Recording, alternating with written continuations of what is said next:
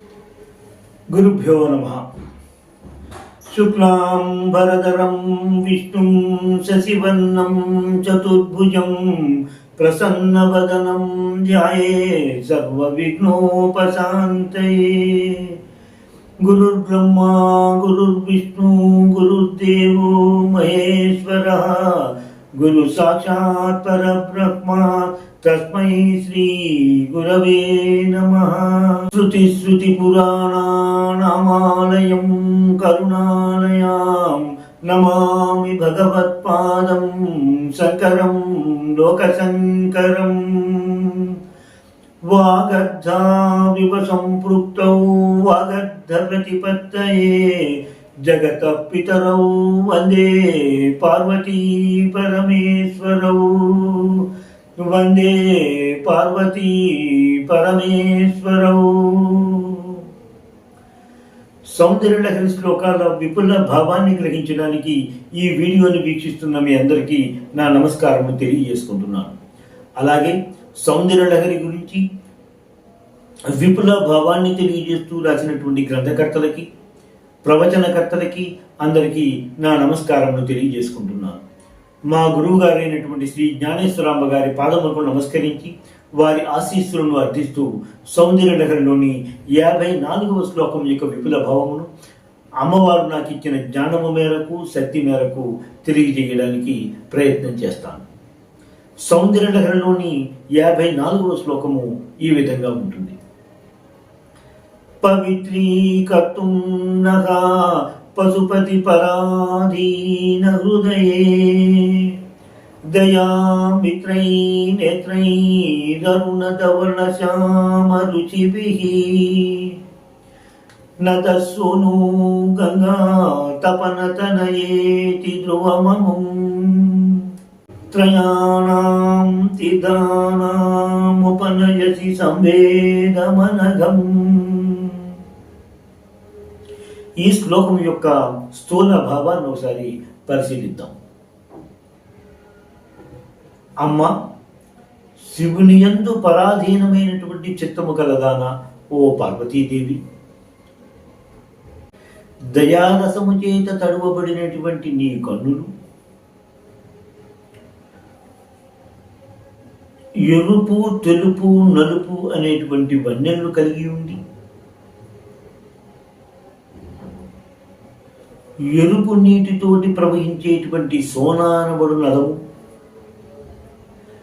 తెలుపు నీటితో ప్రవహించేటువంటి గంగా నది, నల్లని నీటితో ప్రవహించేటువంటి సూర్యుని పుత్రికైనటువంటి యమునా నది అనగా కాళిందీ నది సంగమమును మమ్మను పవిత్రులను చేయుచుటకు నీవు పొందు చేయుచున్నావు, ఇది నిజము అన్న విధంగా ఈ శ్లోక భావనను మనం గ్రహించుకోవచ్చు. ఈ శ్లోక భావనకు దగ్గరగా ఉండేటువంటి తెలుగు అనువాద పద్యాన్ని ఒకసారి పరిశీలిద్దాం. తమ నేత్రత్రయము దయగన్ చెమ్మగయే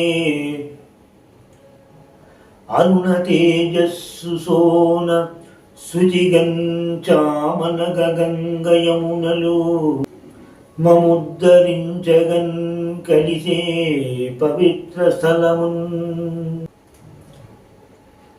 గురువు గారు ఈ శ్లోకంలో కూడా అమ్మవారి యొక్క 3 నేత్రముల గురించి తెలియజేస్తూ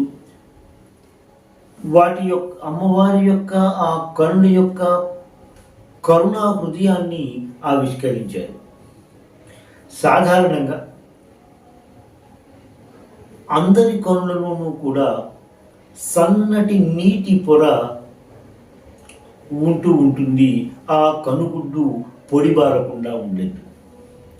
ఈ విధమైనటువంటి సన్నని నీటి పొర కలిగినటువంటి అమ్మవారి యొక్క 3 నేత్రముల గురించి తెలుపుతూ ఆ 3 నేత్రములు కూడా మనల్ని ఉద్ధరించడానికి పవిత్రమైనటువంటి నదులు కలిసే చోటుగా ఒకటి ఆవిష్కరిస్తూ శంకర భగవత్పాదులు ఈ శ్లోక రచన చేసినట్టుగా మనం గ్రహించుకోగలం.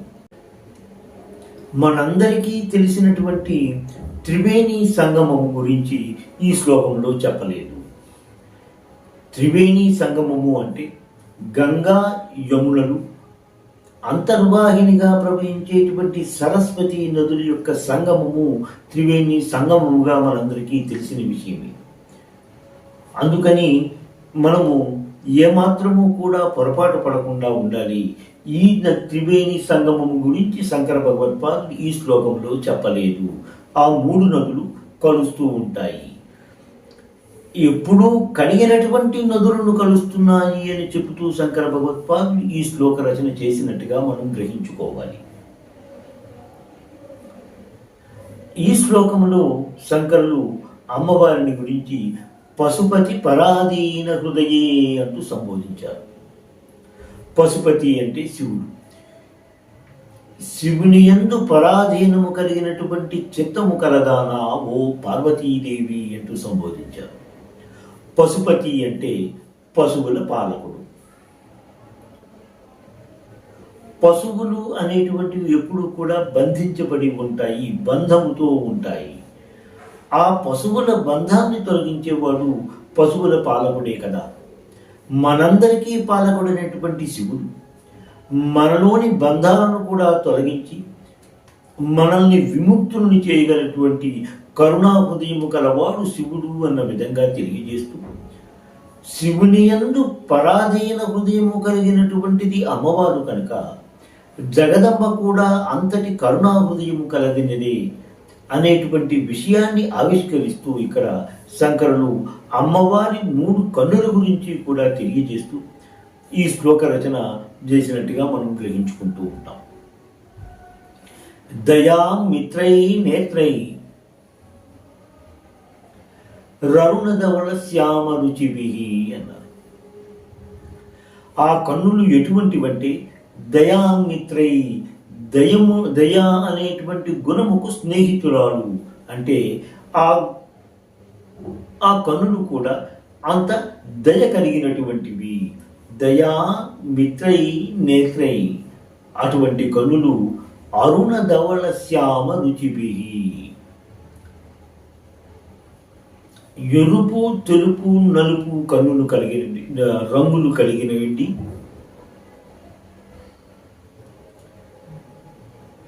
నద సోనో గంగా తపన తనయేది. సోను అనేటువంటి సోనా అనేటువంటి నదము, గంగా యమున అటువంటి నదులను కలిసి ఉన్నటువంటి నదులను కలిగి ఉండి, త్రయాణం తీర్థానాం 3 పవిత్ర తీర్థములను కలిగి ఉండే విధంగా, అనఘం మా యొక్క పాపములను కడిగివేయుటకు వీలుగా ఉండే విధంగా, అంటే మా యొక్క పాపములను కడిగి వేయుట కొరకై, అముం సంవేదం ఈ నదుల సంగమ స్థానము అనేటువంటిది, నహ పవిత్రీకర్తం మమ్మల్ని పవిత్రులను చేయుట కొరకై, ఉపది అంటే పొందు చేయుచున్నావు, ధ్రువం ఇది నిజము. మమ్మల్ని మా యొక్క పాపాలను తొలగించాలి అనేటువంటి కరుణా హృదయముతో నీవు పవిత్రమైనటువంటి గంగా యమున సోనా నదుల యొక్క పవిత్ర స్థానమును మా కొరకు తయారు చేసి ఉంచేవు అన్న విధంగా ఈ శ్లోక రచన జరిగినట్టుగా మనం భావిస్తూ ఉంటాం. ఈ శ్లోకం యొక్క మిగతా విపుల భావాన్ని నేను నా తరువాతి వీడియోలో తెలియజేస్తాను. శ్రీ మాత్రే నమః. స్వస్తి. ఎంతో అధ్యయనం చేసి మీకు అందిస్తున్న ఈ వీడియోలను ఆదరిస్తారని భావిస్తున్నాము. మా ఈ ఛానల్ని సబ్స్క్రైబ్ చేసి ఈ వీడియోలని లైక్ చేయండి ప్లీజ్.